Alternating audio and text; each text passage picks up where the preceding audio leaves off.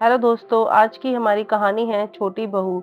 एक धनी सेठ के 7 बेटे थे और सभी की शादियां हो चुकी थी।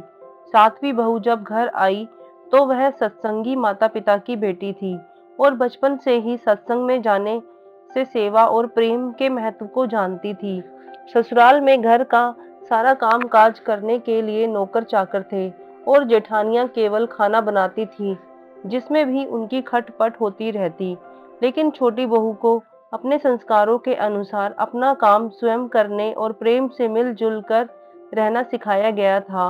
उसने सोचा कि घर के काम स्वयं करने से स्वास्थ्य अच्छा रहता है और परिवार में प्रेम बढ़ता है। उसने एक युक्ति निकाली और सुबह जल्दी स्नान करके शुद्ध वस्त्र पहनकर पहले ही रसोई में जा बैठी। जेठानियों ने उसे टोका, लेकिन उसने बड़े प्रेम से रसोई बनाई और सबको प्रेम से भोजन कराया। सभी प्रसन्न हुए। एक दिन सास छोटी बहू के पास आकर बोली, बहू रूप में छोटी होते हुए भी तू अतिथियों को भोजन क्यों कराती है? बहू ने उत्तर दिया, माँ जी, शास्त्रों में लिखा है कि अतिथि भगवान का स्वरूप होते हैं। अतिथि को भोजन कराने से पुण्य मिलता है और जब घर वालों को भी प्रेम से भोजन कराऊं तो उससे भी पुण्य मिलता है। सभी में ईश्वर का वास है।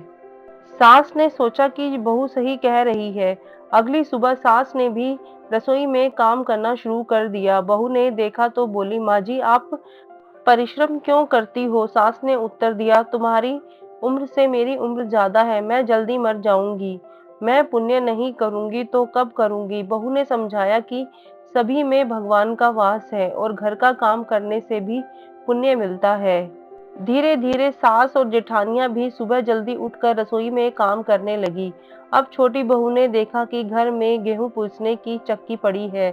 उसने हाथ से गेहूं पीसना शुरू कर दिया, जिससे रोटी और भी स्वादिष्ट और पौष्टिक बनती। जेठानियों ने उसे टोका, लेकिन बहू ने समझाया कि हाथ से गेहूं पीसने से स्वास्थ्य लाभ मिलता है और पुण्य भी मिलता है। इस प्रकार सभी जेठानियां भी गेहूं पीसने लगी।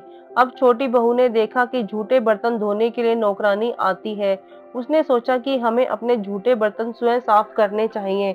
अगले दिन उसने सभी बर्तन साफ किए। सास ने पूछा, बहू, बर्तन तूने धोए हैं?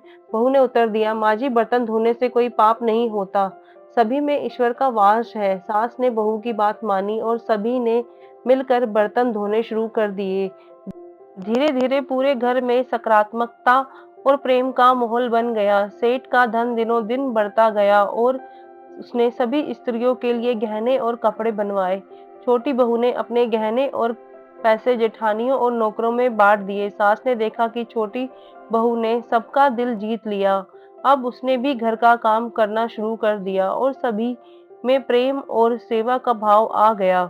सेठ के घर में समृद्धि और सुख शांति का माहौल बन गया। इस कहानी से हमें यह सीखने को मिलता है कि प्रेम, सेवा और सकारात्मकता से घर में सुख शांति और समृद्धि आती है। छोटी बहू के संस्कार और सेवा भाव ने पूरे परिवार में प्रेम और समृद्धि का माहौल बना दिया। तो दोस्तों, इस स्टोरी को लेकर आपकी क्या राय है? नीचे कमेंट करके जरूर बताइएगा। धन्यवाद।